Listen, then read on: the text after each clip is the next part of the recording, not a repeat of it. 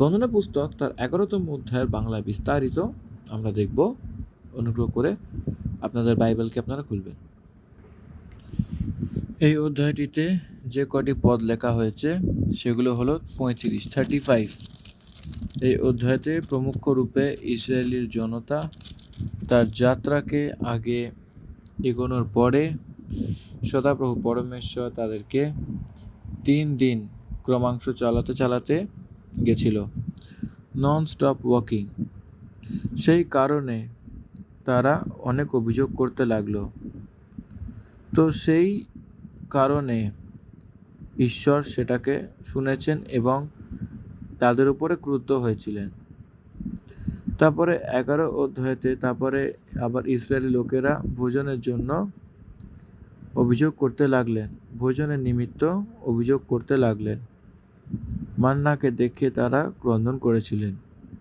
মান্না যে ছিল সে স্বর্গদূতের ভোজন, সে আকাশের থেকে বর্ষানো হয়েছে, সেটাই খাওয়ার জন্য তার মন ছিল না এবং পরমেশ্বরের উপরে সে ক্রন্দন করতে লাগলো।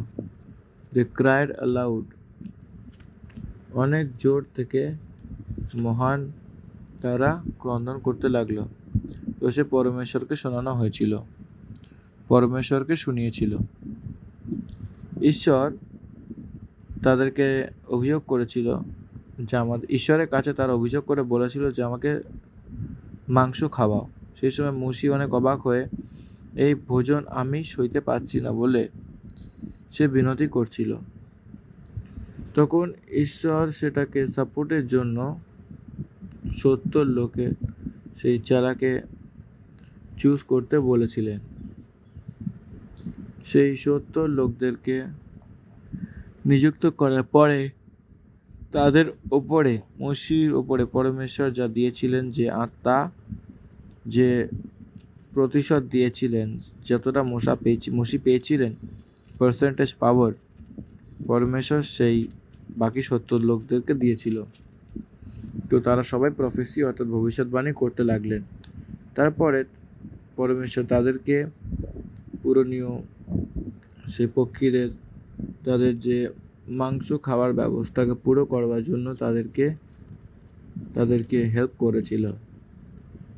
কেবড়ো তাতাওয়া বলে নাম সেই জায়গাতে রেখেছিল, কারণ সেই মাংস তাদের দাঁতের মাঝে থাকতেই সেগুলি পচে গেছিল। এই পুরো ঘটনা 11 অধ্যায়তে আমরা দেখতে পাই। কেবড়ো তাতাওয়াতে প্রস্থান করে হাসেরত তারা পৌঁছেছিল। সেখান থেকে আমরা 11 অধ্যায়তে দেখতে পাবো। আসুন আমরা 11 অধ্যায়কে ধ্যান করি। 11 অধ্যায়, প্রথম পদ। ইসরায়েলের সব দুঃখ কষ্ট হচ্ছিল তা নিয়ে তারা সদাপ্রভুর সামনে চেঁচামেচি করতে লাগলো। তা শুনে সদাপ্রভু ভীষণ অসন্তুষ্ট হলেন। তার পাঠানো আগুন তাদের মধ্যে জ্বলতে লাগলো এবং ছাউনির কিনারার কিছু লোককে পুড়িয়ে মারল। It may be fact and it may be true that they were struggled physically. শারীরিক রূপে তারা অনেক কষ্ট করেছিলেন। এর অর্থ 3 দিনের যাত্রা মানে তারা অনেকটাই কষ্ট করেছিলেন। তারা দুঃখ কষ্ট করেছিলেন মানে এখানে একটা জিনিস এখানে আমাদের বুঝতে হবে যে পরমেশ্বর কি দয়ার গুণ থাকার নয়? কেন তাদেরকে 3 দিন কন্টিনিউয়াসলি পরিচালনা করেছিলেন? এখানে আমরা দেখব যে তাদেরকে যেখানে নামতে হবে সেই স্থানকে ঈশ্বর সুরক্ষা করে সেখানে তাদেরকে নামাতে চেয়েছিলেন। এই জন্য God's look at the safety of the believers. ঈশ্বর কষ্ট দেওয়া মতো নয়। এখানে পরমেশ্বর কখনোই কষ্ট দিতে চায় না। ঈশ্বর সর্বদা সুরক্ষায় দিতে চান। Safety and security is important for parents about their children. মাতা পিতাকে তার বাচ্চাদের সুরক্ষা অনেকটাই ইম্পর্টেন্ট হয়। তাদেরকে অনেক কেয়ারফুলি রাখা এটা অনেক বড় মুখ্য। বিপদ আসা উচিত না বলে মাতা পিতা চায়, নাকি তাদের কোনো স্ট্রাগল করতে দেয়। এটা সর্বদাই আমরা সবাই আমাদের ছোটোবেলা থেকে জানি। মাতা পিতা একদিকে দেখতে গেলে অনেক ক্রুদ্ধ আর অনেক কঠিন বলে দেখায়, কিন্তু তারা বাচ্চাদের ভালোর জন্যেই, তাদের জন্যে, তাদের সুরক্ষার জন্য, উজ্জ্বল ভবিষ্যতের জন্য মাতা পিতা এরকম স্ট্রিক্ট থাকে। সেটা তাদের বোঝা উচিত, কিন্তু ছোটবেলায় বাচ্চারা সেটা বোঝে না। বড় হওয়ার পরে তারা জানে সেই ডিসিপ্লিন, সেই সেফটি জোন তাদেরকে কতটা ডেভেলপ করা হয়েছিল, তারা সেটা বুঝতে পারে বড় হওয়ার পরে। কিন্তু যাদের মাতা পিতা নেই তারা সেইটা সহজে বুঝতে পারে না। এই কারণে ফিজিক্যাল স্ট্রাগল অর্থাৎ প্রভু যীশু খ্রিস্টের উপরে বিশ্বাস যারা করে, যে বিশ্বাসের যাত্রাতে God allowed it, God continued it, সেটাকে আমরা বুঝতে হবে। নিজেদের সেমের জন্য পরমেশ্বর সব পরিস্থিতিকে পরিচালনা করছে বলে আমাদের বোঝা উচিত, জানবার উচিত। পরমেশ্বর যাকে প্রেম করে তাদের ভালোর জন্য সব কিছু সেই নিযুক্ত করে চালায়, সেই সব কিছু একজোট করে পরিচালনা করে। সেরকম করবার জন্য পরমেশ্বর অনেক ইচ্ছা রাখেন। সেখানে বিশ্বাসের কমফর্ট জোনের বিষয়তে কখনো ভাবে না। বিশ্বাসের ক্যারেক্টারকে দাঁড় করানোর জন্য চিন্তাভাবনা করে। বিশ্বাসী লোকদের কনফিডেন্সের জন্য তারা সে ভাবে কি বিশ্বাসী কমফর্টে আছে কি না, সেটা প্রমুখতা নয়। ক্যারেক্টার দ্বারা কনফিডেন্ট থাকা কি সেটাই প্রমুখ, সেটাই তারা সেটা বুঝতে পারে না। এই জন্যে তারা অনেক দুঃখ কষ্ট ভোগ করছিল। পরমেশ্বরকে তারা সেই সময় ডাকেনি, সেই কারণে পরমেশ্বর অনেক ক্রুদ্ধ হলেন, পরমেশ্বর রাগ করলেন। তো সদাপ্রভুর আগুন তাদের মধ্যে জ্বলে উঠল এবং ছাউনির কিনারে কিছু লোককে পুড়িয়ে মারল। গডস অ্যাংরি, যে ভক্তিহীন সেখানে পরমেশ্বরের ক্রোধ বাড়ছে বলে পোলস বলছে রোমিওকে লেখার সময়। এই জন্য পরমেশ্বরের কাছে আমাদের অনেক সাবধানী দ্বারা থাকতে হবে। আর আমাদের অনেক পরিস্থিতিকে, অ্যাটমসফিয়ারকে, কন্ডিশনসকে নিজের ডিসোবিডিয়েন্সের কারণে কখনো আমাদেরকে ডিস্টার্ব করা উচিত না।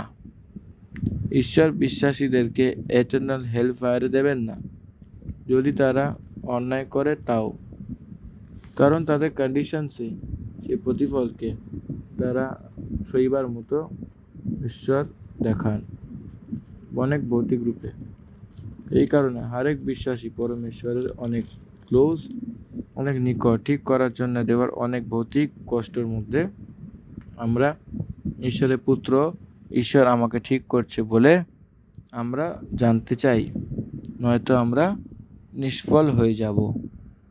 সেটা সে আমাদেরকে প্রেম করছে, আমাদেরকে ভালোবাসা দিচ্ছে, এই কারণে আমাদের পরিস্থিতিকে ঠিক করছেন বলে যে চিন্তা ভাবনা ঈশ্বরের পরিস্থিতিকে নেওয়া উচিত। প্রার্থনা দ্বারা যে উল্টো পরিস্থিতিকে সে সামনা করা, সেটাকে শিখতে হবে। প্রার্থনার কারণে আমরা আমাদের উল্টো পরিস্থিতিকে সব কিছু হারাবার জন্য আমাদের শিখতে হবে। এই কারণে মসি কী করেছিলেন জানেন? সঙ্গে সঙ্গে মসি সদাপ্রভুর কাছে প্রার্থনা করেছিলেন।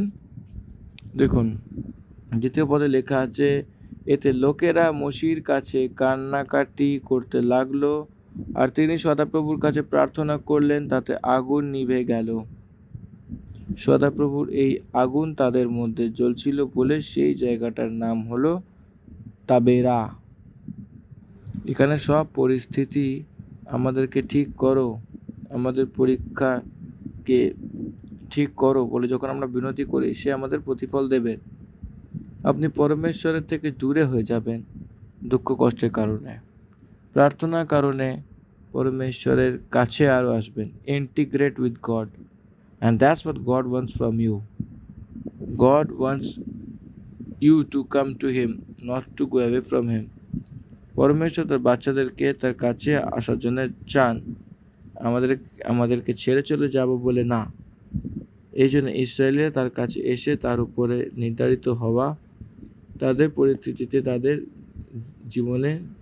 জীবনে অনেক ভালো শিক্ষা দিয়েছিলেন। আর সেই স্থানের নাম তবেরা, কারণ সদাপ্রভুর আগুন তাদের মধ্যে জ্বলেছিল।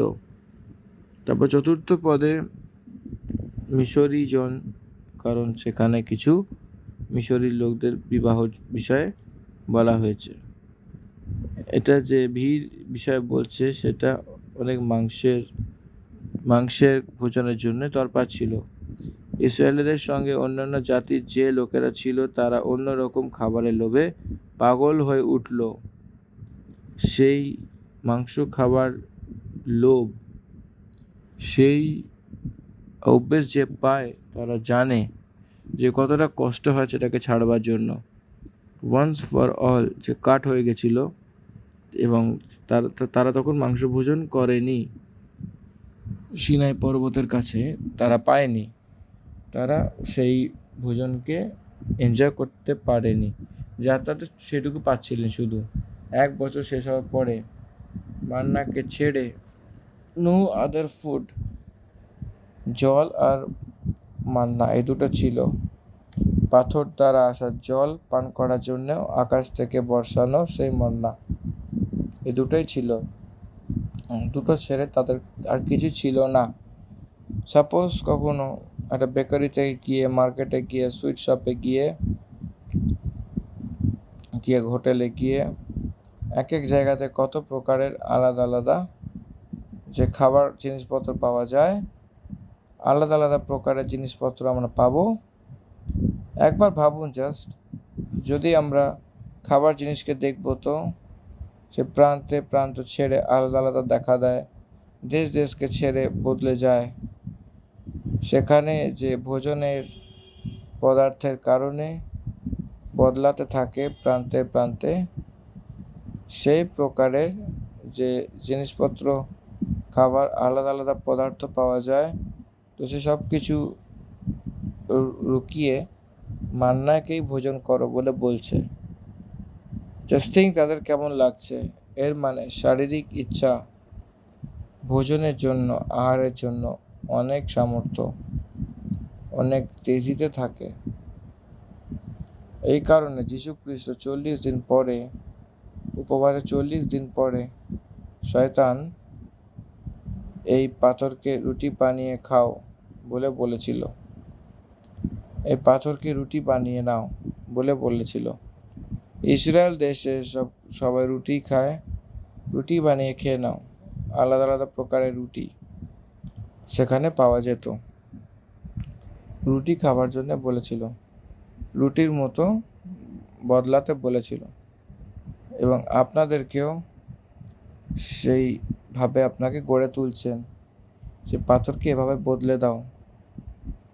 During the temptation of Jesus সেটাও খাবার বিষয়তেই বলেছিল। এটা অনেক সামর্থ্যরূপে কার্য করে মাথার উপরে। ওবেসিটির লোকদেরকে এই পরিস্থিতি অনেক ভালোভাবে বুঝতে পারে।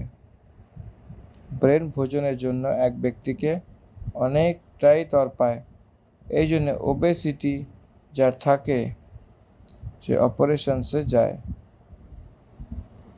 ব্যান্ড দেওয়া কি পেডিয়াট্রিক সার্জারি, কারণ তাদের পাকস্থলী কেটে সেটাকে চর্বি বার করে সেলাই করে। দে কান্ট ইট মাচ, সেরকম করার পরেই তাদের ওজন কমতে থাকে। ফুডিজ, ভোজনের উপর অনেক যে লালচ থাকে তাদের, সেরকম ফুডি যারা থাকে, পেটুক বেসিক্যালি, সেটাই 1 বছরে পুরো মান্নাকে ভোজন করে 1 বছর ধরে। তারপরে তারা ক্রন্দন করতে লাগে, দে স্টার্টেড ক্রাইং। একটি কথা মনে রাখবেন, what is needed and what is wanted, সেটা একটা জিনিস মনে রাখতে হবে। God always looks at you of what you need and what you want not. সদাপ্রভু আপনাকে যেটা দরকার সেই বিষয়ে ধ্যান দেয়, নাকি আপনার যত ইচ্ছা আছে সেসব ইচ্ছাকে পূরণ করার জন্য সে আগে আসে না।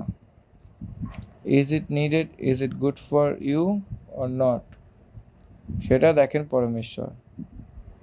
এক কথায় বলতে গেলে আজকালের ভোজনের পদার্থ অনেক রূপে আমরা খাবার কারণে we are purchasing our death, we are purchasing our diseases, we are purchasing our problems physical problems by consuming our food. আমরা টাকা দিয়ে যে ভোজন পদার্থ খাচ্ছি সেটা দ্বারা আমরা অনেক অসুখকে ইনভাইট করছি। পরমেশ্বর সেই লোকদেরকে স্বাস্থ্য প্রোটেক্ট করার জন্য ভাবছে, কারণ তারা জঙ্গলের যাত্রায় রয়েছেন। They should not become sick, তারা অসুখগ্রস্ত হবে না জঙ্গলে। এই জন্য পরমেশ্বর তাদেরকে মান্নাকে নিযুক্ত করেছিল। মান্নাতে ফ্যাক্ট সেই কন্টেন্ট রয়েছে, কেবল কার্বোহাইড্রেটস রয়েছে। মান্নাতে ভিটামিনস রয়েছে, এক মানুষকে এসব নিউট্রিশন সেখানে রয়েছে। God gave the nutrition. আলু, শসা, এগুলো যত মাংস, এসব কিছু তারা চাইছিল খ্রিস্টের ভোজন, জয় পাওয়া, ভোজনের উপর জয় পাওয়া। এই কারণে সে voluntarily introduced to be fully accepted. বুঝতে পারছেন, স্বাতন্ত্রিক রূপে খ্রিস্টের উপবাস রাখতে হবে।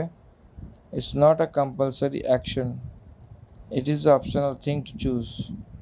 সেটাকে আমরা চুজ করে নেব। উপবাস রাখবেন তো সে অনেকভাবে আপনি উপহার পাবেন বলে পরমেশ্বর আপনাকে বলেনি। উপবাসের কারণে you can control your appetite. আপনার খিদের ওপর আপনি জয় পাওয়ার জন্য আপনার শারীরিক ইচ্ছাকে আপনার হারানোর জন্যে আটকাতে পারবেন না, কিন্তু কন্ট্রোল করতে পারবেন। সেই প্যাশনকে, সেই সিভিয়ারিটিকে আরও কম করার জন্য fasting is the best method. এই জন্য উপবাস অনেক প্রমুখ হয় খ্রিস্ট জীবনে। অনেক রূপে উপবাস করে যারা এই শারীরিক ইচ্ছার উপরে জয় পেতে পারে, অনেক ভালো। পরমেশ্বর তাদেরকে যা দিয়েছিল যে ভোজনের কারণে তারা ক্রন্দন করেছিল। এই বচনকে আমি পড়ছি, দেখবেন। দেখুন 11 অধ্যায় তার 4th পদ। আবার যে মিলিঝুলি ভিড়, শান্তি, সেই প্রমুখতা করতে লাগলো। আর ইসরায়েলের সঙ্গে অন্যান্য জাতির যে লোকেরা ছিল তারা অন্যরকম খাবারের লোভে পাগল হয়ে উঠল।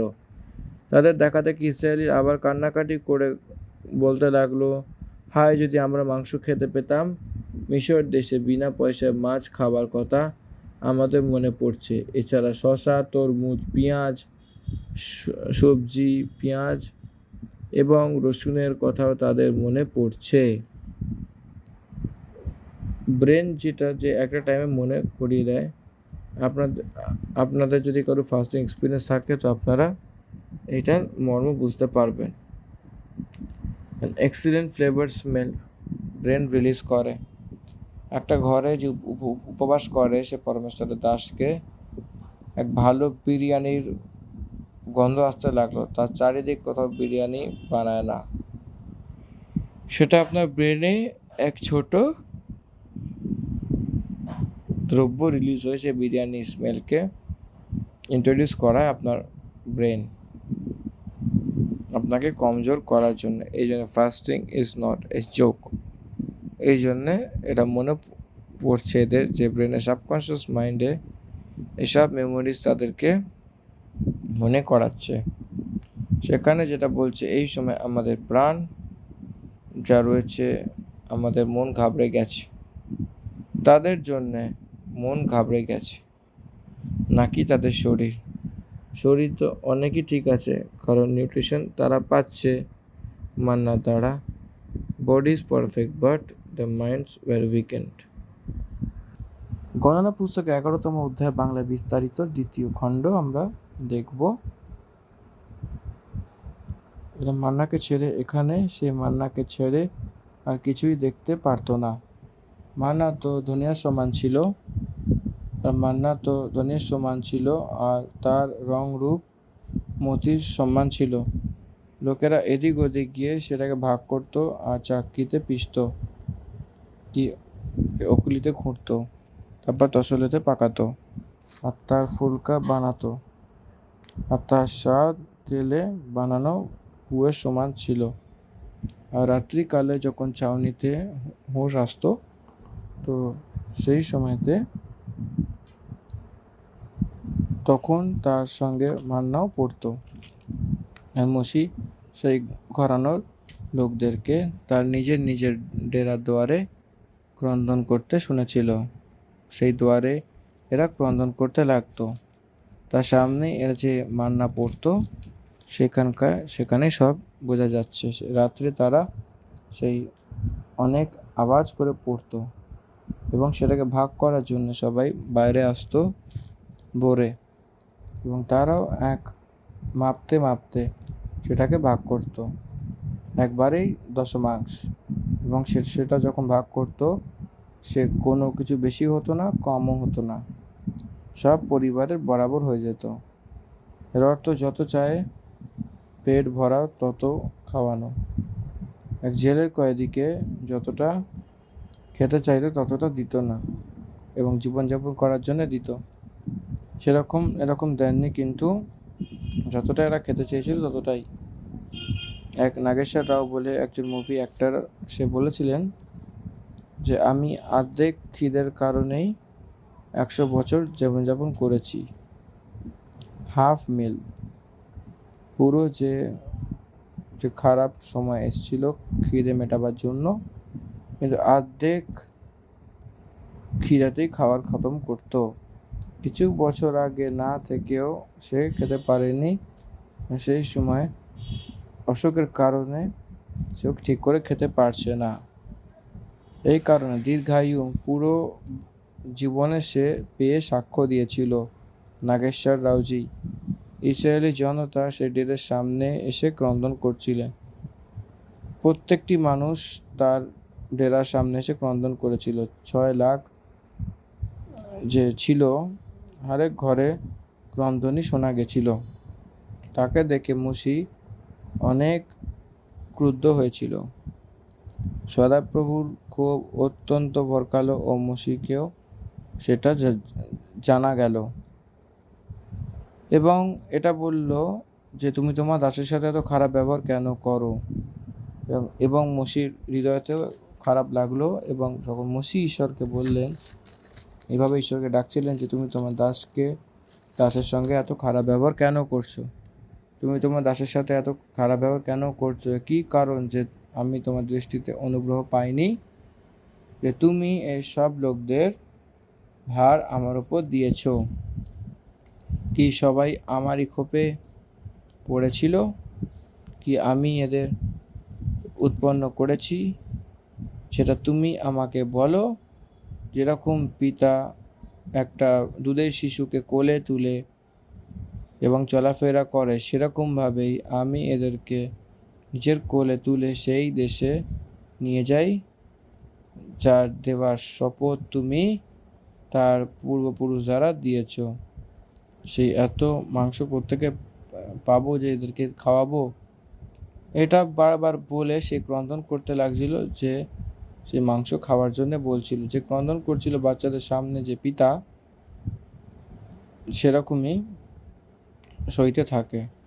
এরকম পিতা তার বাচ্চারা ক্রন্দন করে ছিনিয়ে নিত, বায়না করতো, ঠিক সেরকমভাবে মুসি অনুভব করছিল সে ইসরায়েলি লোকদের সামনে।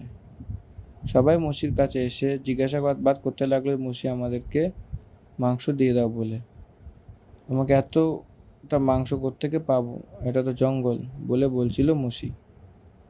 এটা শহর নয়, এবং 20 লাখ জনতা এখানে রয়েছে, এতটা মধ্যে মাংস নিয়ে আসার জন্য কোত্থেকে আনতে পারি, আমি একাই এসব কিছুর ভার সইতে পারবো না, কারণ এটা আমার শক্তির বাইরে। আর যে আমার সঙ্গে তুমি যে এই ব্যবহার করতে হয়, তাহলে সে এত অনুগ্রহ হও যে তুমি সে প্রাণ একদম নিয়ে নাও, যে কারণে আমি আমার দুর্দশা দেখতে পারবো না।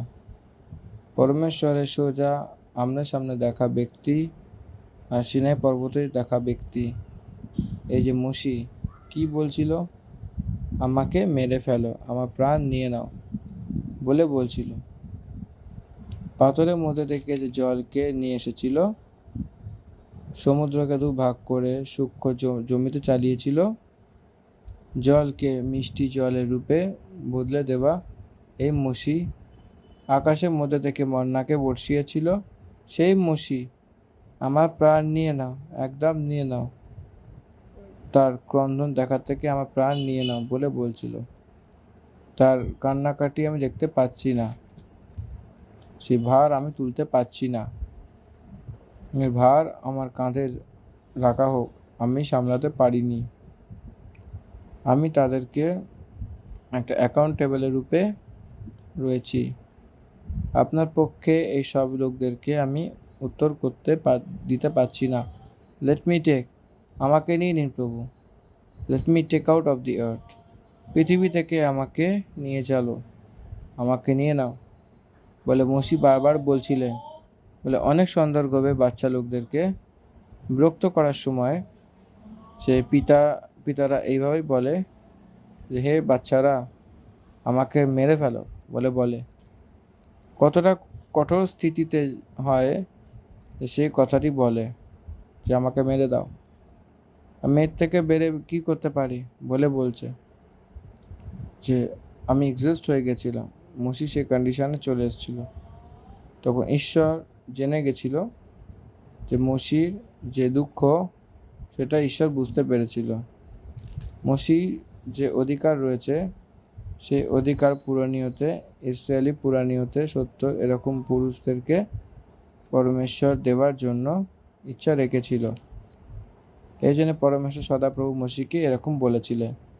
16 পদ, সদাপ্রভু মসিকে কহিলেন যে ইসরায়েলি পুরাণীয়র মধ্যে থেকে 70 এরম পুরুষ আমার কাছে একজোট করো, যাকে তুমি চেনো জানো এবং তারা প্রজার পুরনীয় ও তার সর্দার।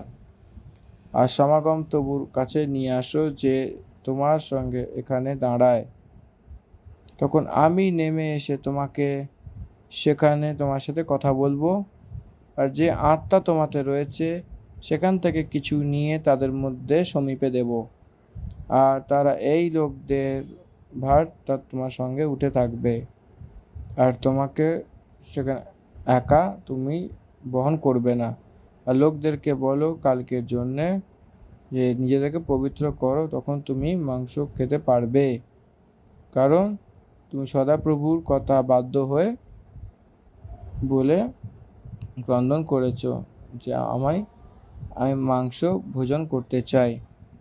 গড আনসার্ড, 70 লোকদের পুরনীয়কে নিয়ে সেই সমাগম তাঁবুর ডেরার সামনে এসে দাঁড়িয়ে পড়ো, আমি তো তোমার সঙ্গে কথা বলবো বলে মসিকে বলেছিল। আজ লোকদেরকে বলে দেবে যে পবিত্র করো, কালকের জন্যে নিজেকে পবিত্র করো বলেছে, তখন তোমাকে মাংস খাওয়ার জন্যে পাবে বলে পরমেশ্বর একটা প্রমিস করেছিলেন। কালকের দিন সেই মাংসকে খেতে যাচ্ছে। গো অ্যান্ড টেল দেম, তাদের হাত ছোট নয়, যেরকম তুমি ক্রন্দন করেছিলে সেরকম আমারও ক্রন্দন করা দরকার নেই। এটা বুঝতে পারছেন যে মসি যেরকম ক্রন্দন করেছিলেন সেরকম পরমেশ্বর কেন ক্রন্দন করবেন? তার হাত ছোট নয়। কি পরমেশ্বর করতে পারেন না মিরাকল কাজ? উনি সব কিছু করতে পারেন, কারণ তুমি সদাপ্রভুর কথা মান্য করে এখানে তুমি ক্রন্দন করেছো যে আমাকে মাংস কে দেবে। আমরা মিশরে ভালো ছিলাম, এই জন্যে সদাপ্রভু তোমাকে মাংস খেতে দেবে, আর তুমি সেটা ভোজন করো। কি 1 দিন, কি 2 দিন, কি 5, কি 10, কি 20 দিন নয়, কিন্তু মাস ভর ধরে তুমি সেটা খেতে থাকবে, যতক্ষণ সে তোমার নথনো থেকে না লাগে আর তোমাকে সেখান থেকে ঘৃণা না হয়ে যায়। কারণ তোমরা সদাপ্রভুকে, যেটা তোমার মধ্যে রয়েছে, তুচ্ছ জেনেছ। এর অর্থ আপনি হয়তো ভাবছেন যে আমি খাওয়াতে পারবো না বলে হয়তো ভাবছেন, হয়তো আপনার যেটা জরুরি সেটাই দিয়ে সেটা শরীর ভালো রাখা আমি বলে সেটা বুঝতে পারছে। এখন যে ক্রন্দন করেছেন সেই জন্যে ক্রন্দন করেছেন যে মাংস পাওয়া যাচ্ছে না বলে। আপনারা মিশরে মাংসকে মনে করছেন নিশ্চয়ই, এবং তার থেকেও বড় দেওয়া, আমি সেই মিশর দেশে যত মাংস খেয়েছিল তার থেকে বেশি আমি দিতে পারি। 1 নয়, 2 নয়, 5 নয়, 20 দিন নয়, পুরো মাস ভর পুরো খায়। তো সব দিন দুপুর বেলা কতটা বার সে চায়, তো আপনাকে মাংস খাওয়ানোর মতো মাংস ভোজন করাবেন। এতটা আপনি খাবেন যে আপনার নতুনের মধ্যে থেকে বেরিয়ে বেরোতে না লাগে। ততক্ষণ আপনারা ঘৃণা না করেন সেটাকে, ততক্ষণ আমি দিতে থাকবো। কারণ তোমরা সদাপ্রভুকে যে তোমার মধ্যে রয়েছে তুচ্ছ জেনেছ, আর তার সামনে এটা বলে ক্রন্দন করেছো আমরা মিশর থেকে কেন বেরিয়ে আসবো। এটা কোন পরমেশ্বর বলে আপনি ভাবছেন? তো পরমেশ্বরের সামর্থ্য আমি দেখাবো। আর মসিহ বলেছেন, যে লোকের মাঝে আমি রয়েছি তাদের মধ্যে 6 লাখ তো পেয়াদায় রয়েছে। আর তুমি বলেছিলে যে আমি তাকে এত মাংস ভোজনে দেবো সে মাস ভরে খেতে থাকবে। কিসে সব ভেড় বকরি গায়ে বেল তার জন্য মারা যাবে যে তারা মাংস পায়। হিউম্যান মাইন্ড, মসিহ হিউম্যান মাইন্ড ব্যবহার করেছিলেন, ক্যালকুলেট করতে লাগলেন কি সব ভেড় বকরি গায়ে বেল তারা মারা যায়, কি সমুদ্রের সব মাছ তার জন্য একজোট করা হয় যে তারা যাতে মাংস পায়। What is the alternative law? Man looks at the visible sources. মানুষ সেটাকে যে দেখছে সেটাকেই একটা সলিউশন দেখে। ঈশ্বরের দিক থেকে যে সুলঝাও সেটা চিনতে পারে না। আমি আপনাকে একটা কথা বলবো, আমি 30 বছর ধরে মিনিস্ট্রিতে রয়েছি, 22 বছর টেলিভিশন মিনিস্ট্রি, এভরিডে। আমার চোখের সামনে সোর্স কখনোই আমি দেখতে পাইনি। Can you believe this? কি আপনি আমার কথাকে বিশ্বাস করেন? আমি বিল পে করার জন্য পুরো কখনোই একই দিনে দেখতে পাইনি। I never saw a monthly total payment at a time in my 22 years of my ministry of television program. মাসে যেটা দিতে হবে সেটা 1 লাখ টাকা একইবারে কখনোই দেখিনি। কিন্তু যে দিন সেদিন যখন চাই তখনই যে সোর্স থেকে আসতো আমিও জানতাম না, কিন্তু 22 বছর কন্টিনিউ করতে এসেছি। It is not the work of god my friend. এটা পরমেশ্বরের কার্য নয় বলে আমি আপনাকে জিজ্ঞাসা করছি। মসিহ বলছে যে সমুদ্রের মাছগুলিকে ধরো। কি আমি ভেড় বকরি গায়ে বেলকে মেরে দেবো? এতটা লোকদেরকে 6 লাখ পেয়াদাই পুরুষ লোকেরাই 6 লাখ, পুরো মাস ভর এত লোক রয়েছে। 6 লাখ ইন্টু 30 দিন, এর অর্থ 1,80,00,000। 1,80,00,000 এর অর্থ 3,60,00,000 মিলস। কেবল 6 লাখ লোকদেরকেই। তো বাকি লোক, সাপোজ 20 লাখ লোক যদি উদাহরণ নেবে, তো লামসাম 10 কোটি ভোজন, 10 কোটি লোকের ভোজন। 10 কোটি লোকের ভোজন মানে জাস্ট ভাবুন, 10 কোটি থেকেও অনেক ভোজনের মানে সেই মাংস দ্বারাই রয়েছে। তো আপনি যদি ভাবেন কতটাই মাংস দরকার। তখন পরমেশ্বর বলছিলেন 23 পদ, সদাপ্রভু মসিহকে কহিলেন যে সদাপ্রভুর হালকে ছোট হয়ে গেছে, এখন তুমি দেখবে যে আমার পদ যে আমি তোমাকে বলেছি সেটা পুরো হবে কি না। তখন মসিহ বাইরে গিয়ে প্রজার লোকদেরকে সদাপ্রভুর কথা এটা বলে শোনালো যে তার পূরণীয়র মধ্যে থেকে 70 পুরুষ একজোট করে তাঁবুর চারিদিকে দাঁড় করেছিল। তখন সদাপ্রভু মেঘের মধ্যে দিয়ে নামলো আর সে মসিহর সঙ্গে কথোপকথন করলো। যে আত্মা তাতে ছিল তাকে নিয়ে 70 পূরণীয়তে সমাবেশ করে গেল। 70 পূরণীয়তে সমে গেল। আমার যখন আত্মা তার মধ্যে এলো তখন সে নববোধ করতে লাগলো, কিন্তু আর কখনো সে কিছু করলো না। যখন সে আত্মা তার মধ্যে ছিল তখন সে নববধ করতে লাগলো। সে 70 লোকদের মধ্যে থেকে 2 মানুষ ছাউনিতেই থেকে গেছিল, যার মধ্যে থেকে একজনের নাম ইলদা আর আরেকের মেদাব নাম ছিল। তার সেখানেই থেকে তার নববধ করতে লাগলো, তাঁবুর কাছে না গিয়ে ছাউনিতেই থেকে নববধ করতে লাগলো। তখন কোনো জওয়ান দৌড়ে মসিকে ডাকলো, বললো যে ইয়েলদাদ আর মেদাদ ছাউনিতে নববধ করছে বলে। সেখানে ননের পুত্র যেহোশু মসির সেবক তার চোনা সে ভিড়ের মধ্যে ছিল।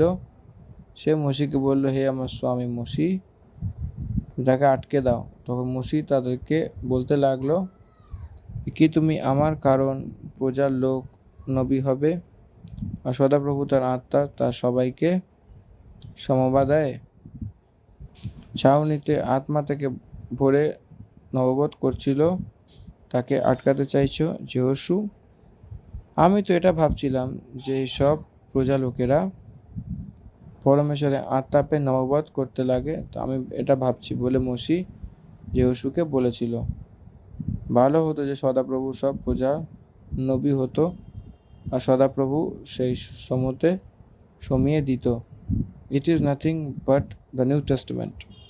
মসি সেই দিন এটা বলছিল, পবিত্র আত্মার উপরে যে বিশ্বাস করে সে সব কিছুর উপর পবিত্র আত্মা নেমে আসবে এবং তা সবার মধ্যে নিবাস করবে। সব লোক নবী হয়ে যাবে এবং সবাই বচনকে উপদেশ করার মতো হবে। সবাই সুসমাচার শুনবার জন্য প্রস্তুত হবে। A great vision, great revelation. মসি অনেক মহান কথা যেহোশুকে বলেছিল। তখন মসি ইসরায়েলি ছাউনিতে চলে গেছিল। তখন সদাপ্রভুর দিক থেকে অনেক বড় আঁধি এলো সমুদ্র থেকে ভাটেরে উড়িয়ে ছাউনিতে চারিদিকে এতটা নিয়ে আসলো যে এদিকে ওদিকে 1 মার্গে ভূমিতে 2 হাত লগভগ উঁচু অবধি ছড়িয়ে গেছিল। 1 হাত অর্থাৎ 1 ফুট 18 ইঞ্চি। 2 হাতের মানে 18 18 36, 2 হাত উঁচু, এর অর্থ 3 হাত, 3 ফুট, 3 ফুট উঁচু, 12 কিলোমিটার। 12 কিলোমিটার 2 প্রকার, 3 হাত উঁচু, 3 ফুট বলে 2 হাতের উঁচু লোকদের সামনে ভাটেরে এসে পড়ে গেছিল। মাংস এসে পড়ে গেছিল সমুদ্র থেকে ভাটেরে উড়িয়ে ছাউনিতে ও তার চারিদিক এতটাই নিয়ে এসেছিল যে এদিক ওদিক হয়ে সে মার্গের ভূমিতে পড়েছিল। লোকেরা উঠে সে দিন ভর রাত ভর অন্য দিনেতেও সেই বাটেরোতে সেটাকে ভাগ করতে লাগলো, যেখানে কমসে কম ভাগাভাগি 10 হোমের ছিল। দেখুন এখানে হান্ড্রেডস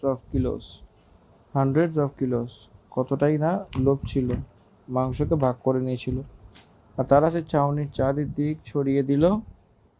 মাংস তার মুখেই ছিল এবং সে তাকে খেতে পারল না, যে সদাপ্রভুর ক্ষোভ তার ওপর ভড়কে উঠল এবং সে তাকে অনেক বড় মারল এবং সেই স্থানের নাম এব্রোত ততোয়া। আজকাল মাংসের দ্বারাই অনেক অনেক আলাদা আলাদা প্রকারের যে মহামারী বেরোচ্ছে, বার্ড ফ্লু, সেই প্রকারে ভাইরাসের আসছে, সেরকমভাবে একটু এসেছিল। আর সেই স্থানের নাম কিব্রোত ততোয়া, কারণ যারা প্রমুখ কথা করেছিল তাদেরকে সেখানে কবর দেওয়া হয়েছিল। সেই আবাদিতে কিছু মাংসের কারণে তারা মারা গেছিল, তারা মারা যাওয়ার স্থিতি এসেছিল আর সেখানে মাটি দিতে লাগলো। পরমেশ্বরের সামর্থ্যকে পরীক্ষা কখনো করবেন না, পরমেশ্বরকে কোনো পরীক্ষা করবে না, সে সহ্য করতে পারবেন না আপনারা কেউ। If God will start answering, he will not be able to survive. It will become a curse but not a blessing. পরমেশ্বরের অধীনে থাকা শিখুন। God always do good for us. সে আমাদের জন্য ভালোটাই ভাবেন। সে সে ভালোই হয়, সে আবার দুঃখ হয়, কষ্ট হয়, কিন্তু সেটা আমাদেরকে মেনে চলতে হবে। টু ওবে গডস কমান্ডমেন্টস, পরমেশ্বরের আজ্ঞাকে পালন করার জন্যেই আমাদেরকে পাঠানো হয়েছে। পরমেশ্বরের ইচ্ছাকে পুরো করার জন্যেই আমাদেরকে পাঠানো হয়েছিল। পরমেশ্বরের মহিমাকে এই জগতে ভাগ করার জন্যেই আমাদেরকে পাঠানো হয়েছিল। We are here to show the word of God, how the word of God acts. পরমেশ্বর কোন রীতিতে কার্য করে এই জগতে বলবার জন্যই আমরা এই জগতে এসেছি। নিজের ইচ্ছাকে পুরো করার জন্য, নিজের শারীরিক লোভকে পুরো করার জন্যে, এই জগতে নিজের ইচ্ছাকে পুরো করার জন্য আমাদেরকে পাঠানো হয়নি। আমরা শারীরিক আভারী নয়, আমরা পরমেশ্বরের আভারী। We are the children of God. আমরা পরমেশ্বরের পুত্র। আমরা পরমেশ্বরের ইচ্ছাকে পুরো করার জন্যেই আমরা এসেছি। এটাই হচ্ছে আমাদের ধর্ম।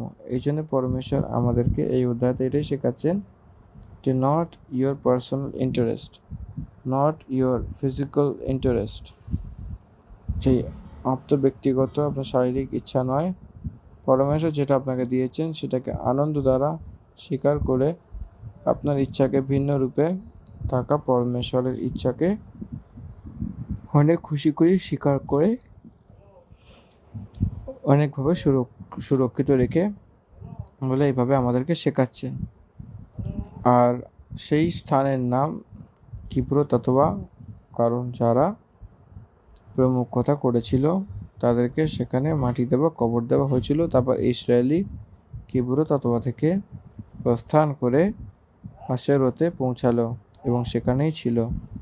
এখন অবধি 11তম অধ্যায় গণনা পুস্তকের আমরা সমাপ্ত করেছি। ধন্যবাদ। আমেন।